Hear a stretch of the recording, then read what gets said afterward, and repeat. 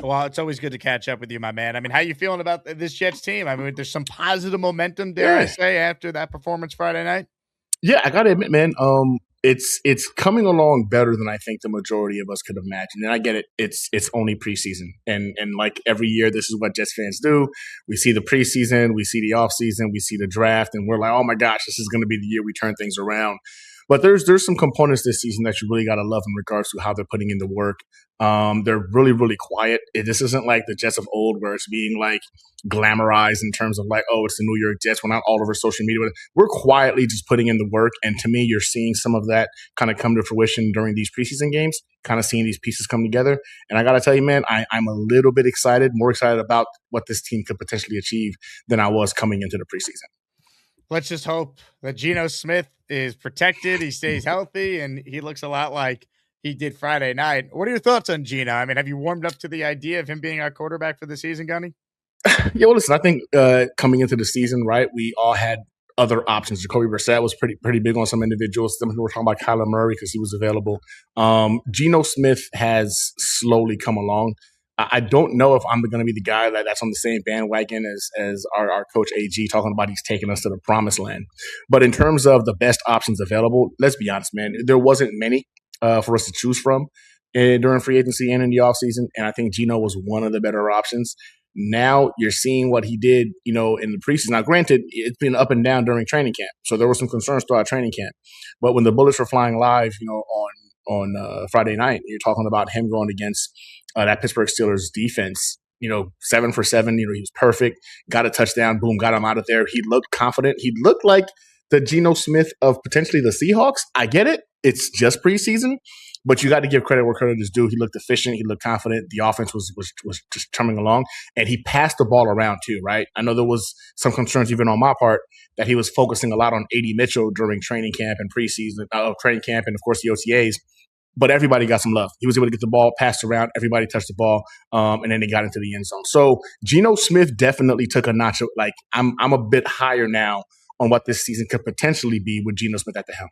I'll give you a guy who's very high on Geno and apparently the Jets. That's our friend Adam Schein, who on his SiriusXM radio show said that no matter what happens this year, Gunny, it is a win-win for the Jets. I'll play the clip and you tell me if Adam Schein is out of his mind or he might be onto something. I think the Jets, by the way, are going to be pretty good this year. Seriously. I think the New York Jets are going to start season 2-0. I think they're going to beat Tennessee. I think they're going to beat the Green Bay Packers. That's a week 2 game at home. It'll be the home opener for the Jets, where Micah Parsons doesn't play. That is my bold prediction. Aaron Glenn's going to call the defense. He's a terrific defensive coordinator. Frank Reich is now running the offense. I'm a big Geno Smith fan. I think he's going to be good, solid. I think Garrett Wilson's going to have a monster year. I thought they did a brilliant job in terms of weapons on offense. I thought they really improved the defense. They improved the leadership to Mario Davis. They did an excellent job. Darren Muji did in the offseason. Let's say things spiral. Let's say Robert Saleh sticks it to his old team and Tennessee wins and Brian Daboll and Cam Ward light him up in week 1. Let's say Jordan Love throws for 4 touchdowns and the Packers beat the hell out of the Jets in week 2. Worst case scenario, Cade Klubnik's going to get reps. Cade Klubnik, who I like a lot as a backup quarterback with the potential to start, is going to play. And this team is going to be set up for their next offensive-minded head coach and quarterback who's going to be playing in college football this year. That's what we're talking about. So either Aaron Glenn shows he knows what the hell he's doing, or he's done. And you fire him, and that's going to be, dare I say, an attractive job.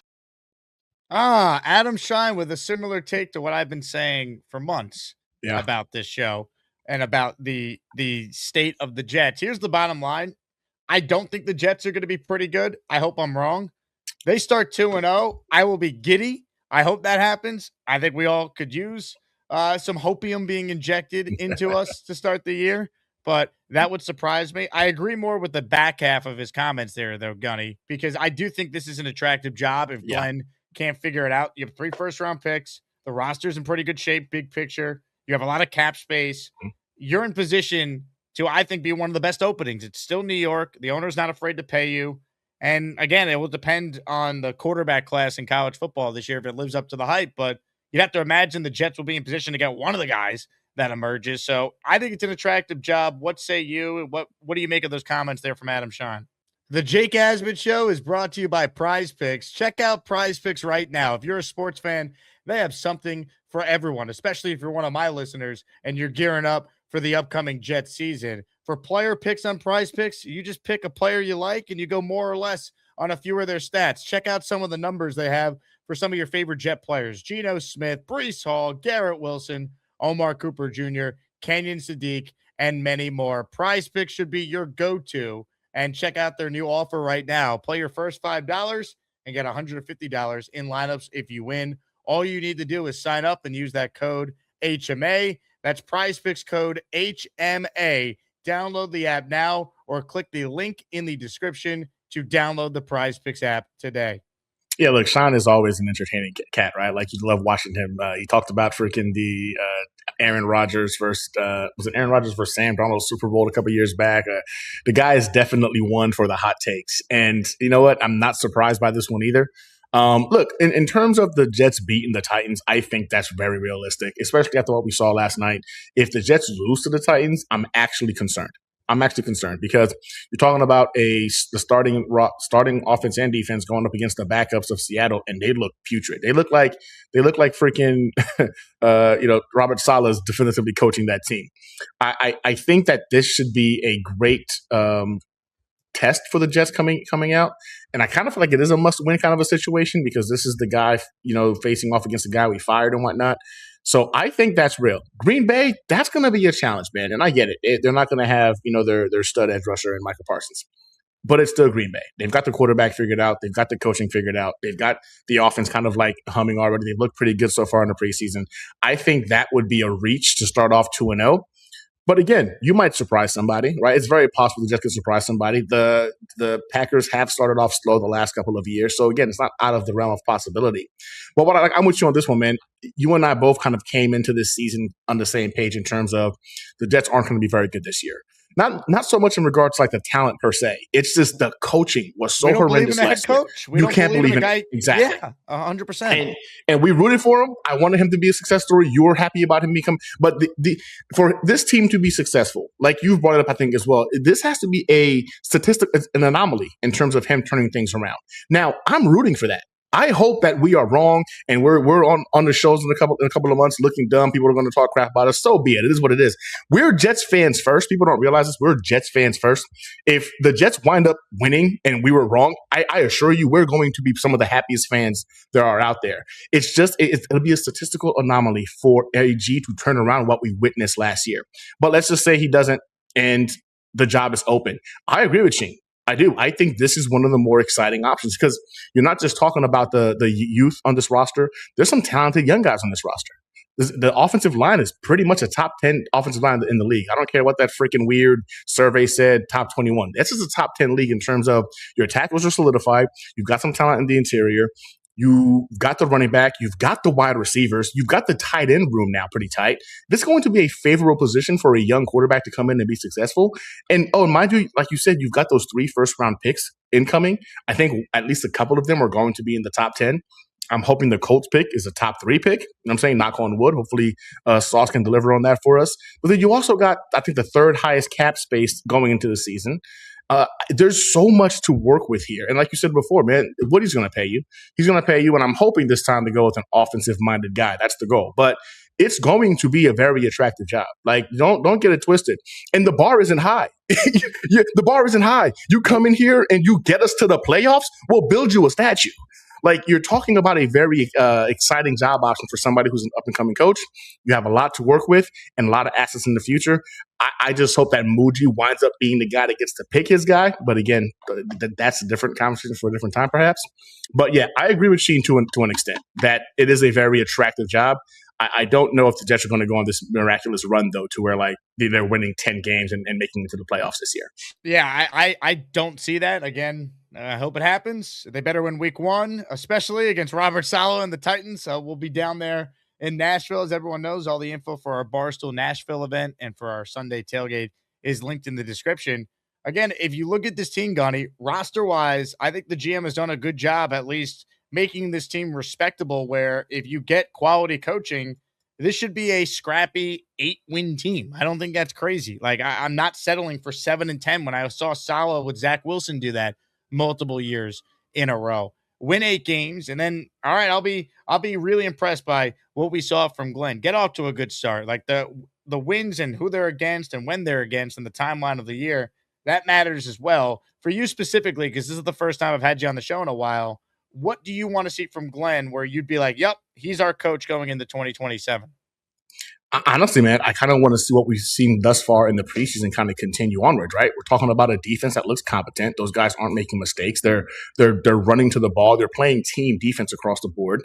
The offense looks like it's got things figured out. You're seeing them move the ball down the field methodically. Again, it's just preseason, but if he's able to kind of continue this on into the regular season, I think we understand now that, okay, he's actually learned from year one. He's made adjustments as necessary, and now we're seeing this team kind of progress. Again, it's highly improbable that this is going to be the guy just based off of what we saw last year. But again, this is why you play these games on Sundays, right? Any given Sunday, things could happen. And he has the opportunity here to kind of go ahead and kind of like turn things around for this organization. And again, the pieces, I think, are here. I'm with you, man. I think 7 to 8 wins, it should be the bar. I think if we're going to keep Aaron Glenn as the head coach of the New York Jets, 7 to 8 wins should be the bar. And we're talking about, like, not just scrappy, but you're competitive in those games that you did lose. We understand right now that you might not have the franchise quarterback. You might have a guy in Geno Smith that can go ahead and play quarterback, but you don't have a franchise guy. I know some individuals want to go ahead and see Cade go out there already. Let the kids sit down, man. Again, you like what you see thus far, but I don't think we're there yet to where you need to see Cade Klubnik going out there. But again, if we can get 7 to 8 wins out of Aaron Glenn, and those losses that we did get, like you stated, were some of those scrappy games that were entertaining, they were competitive, right? We weren't getting embarrassed on Sundays. I think he's earned the opportunity to go ahead and beat a guy that takes a shot at next year.